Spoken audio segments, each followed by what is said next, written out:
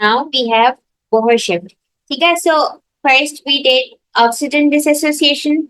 Now we'll do Bohr shift, which is the transport of carbon dioxide. Okay, so now let's talk about how carbon dioxide is made and how it's transported in the body. So there's three ways in which carbon dioxide is transported. We'll do all three of them. And but before starting, we need to see how exactly carbon dioxide is made. So the amount of oxygen the hemoglobin carries is affected not only by partial pressure of oxygen, but also by the partial pressure of carbon dioxide. So we did care oxygen, how oxygen combines with hemoglobin, and how a certain sort of kPa is needed for oxygen to completely saturate with hemoglobin. But along with that, we also need carbon dioxide. Okay? So now moving towards carbon dioxide, in the cytoplasm of red blood cells, there is an enzyme called carbonic anhydrase. So now this is the most important part of your chapter, which you need to memorize, understand by heart. Okay, there is this enzyme carbonic anhydrase in the red blood cells cytoplasm, and what it is catalyzing, it's responsible to catalyze the formation of carbonic acid. And how carbonic acid is made? We combine carbon dioxide plus water with the help of carbonic anhydrase enzyme. We form H2CO3. Okay. So carbonic acid is formed with the action of carbonic anhydrase on carbon dioxide and water. Then your carbonic acid, it disassociates itself because it's an acid. Okay, so it disassociates itself in a manner कि H2CO3 disassociates into hydrogen ion and HCO3, which is a hydrogen carbonate ion.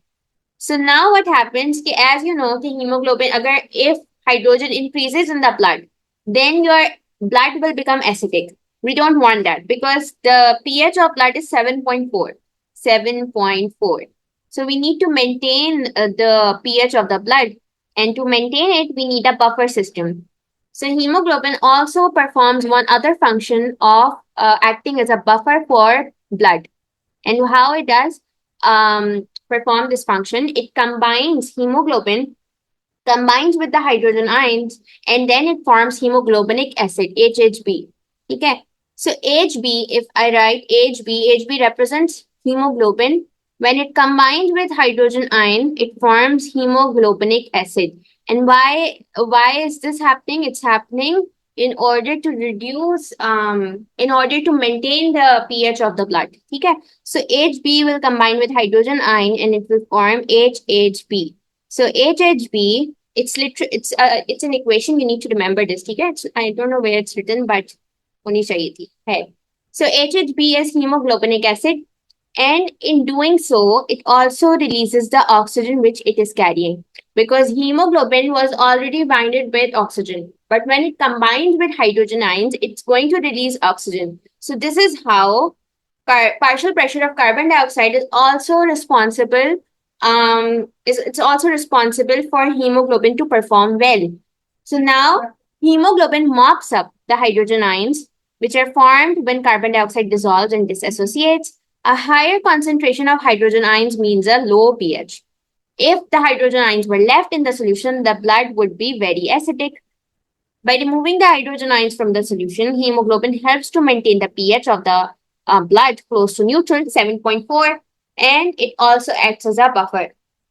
So you need to remember that पहले carbon dioxide combines with water. With the help of carbonic anhydrase, it forms H2CO3, carbonic acid. Carbonic acid disassociates. It disassociates into hydrogen ions and hydrogen carbonate. Then hemoglobin combines with hydrogen ion. In doing so, it releases the oxygen, and your hemoglobinic acid is formed with the help of hemoglobin and hydrogen ions. Okay, so this is also the blood buffer system. So Bohr shift, you can call this as your blood buffer system as well. Then, the presence of high partial pressure of carbon dioxide causes hemoglobin to release oxygen, and now you know the entire phenomena of how it's doing so. So this is called Bohr effect. So whatever we have studied up till now, it's known as Bohr effect. So you need to remember how we label it. When there's a high concentration high CO2 concentration, then Bohr shift moves towards the right side. When there is low carbon dioxide concentration, your Bohr shift will move towards the left side. Okay? So you need to remember these labelings essentially for Bohr shift. Then okay, so now this is the transport of carbon dioxide within your body, and you need to remember all three mechanisms in which carbon dioxide is transported. Okay? So, one product of the dissociation of dissolved carbon dioxide is hydrogen carbonate ions, HCO3. We studied how it's formed. It's formed with the dissociation of carbonic acid. Okay? These are initially formed in the cytoplasm of the red blood cell, but this is where the enzyme carbonic anhydrase is found.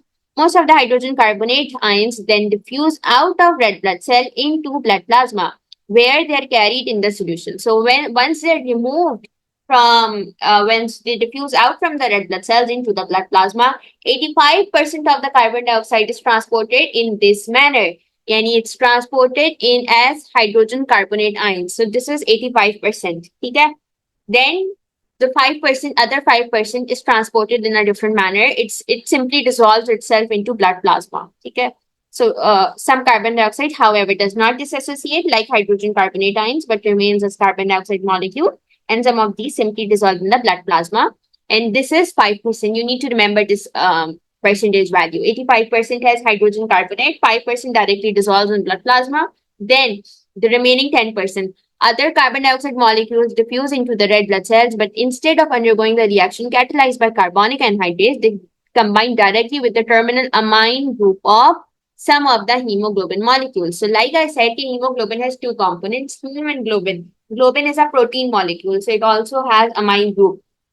So, what happens is carbon dioxide directly combines with the amine group, and then the molecule which is formed after the combination of carbon dioxide and amine group, it's known as carbaaminohemoglobin.